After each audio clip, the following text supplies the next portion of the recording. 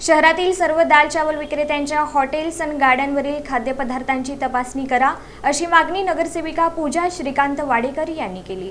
2 दिवसांपूर्वी कीर्तीनगर येथील MIDC हद्दीत एका धार्मिक कार्यक्रमाचं आयोजन करण्यात आलं होतं। या कार्यक्रमात उपस्थित भाविकांसाठी शाकाहारी दाल चावल महाप्रसाद अर्थात दावत म्हणून देण्याची व्यवस्था करण्यात आली होती। हे जेवण बनवण्याचं कंत्राट आचारी अब्बास अली मुल्ला याला देण्यात आलं होतं। परंतु अत्यंत खेद आणि संतापाची बाब अशी की या जेवणात जनावराची चरबी वापरल्याचा धक्कादायक प्रकार उघडकीस आला। हा प्रकार अत्यंत गंभीर असून यामुळे परिसरातील तमाम हिंदू धर्मीयांच्या भावना दुखावल्या गेल्या आहेत।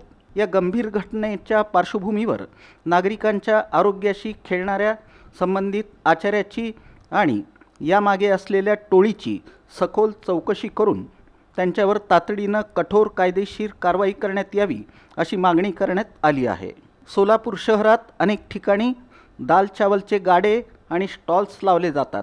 प्रशासनानं अशा सर्व ठिकाणी तातडीनं छापे टाकून तेथील खाद्यपदार्थांच्या दर्जाची आणि घटकांची तपासणी करावी, स्पष्ट फलक लावण्याचे आदेश द्यावेत। जर कोणत्याही दाल चावल किंवा खाद्यपदार्थात मांसाहारी घटक अथवा जनावरांची चरबी वापरली जात असेल तर संबंधित चालकांना त्यांच्या गाड्यावर किंवा फलकावर हे अन्न मांसाहारी आहे, नॉनव्हेज असा स्पष्ट उल्लेख करणं बंधनकारक करण्यात यावं अशी मागणी नगरसेविका पूजा श्रीकांत वाडेकर यांनी अन्न व औषध प्रशासन परिमंडळाचे सहाय्यक आयुक्त साहेबराव देसाई यांच्याकडे निवेदनाद्वारे केली आहे।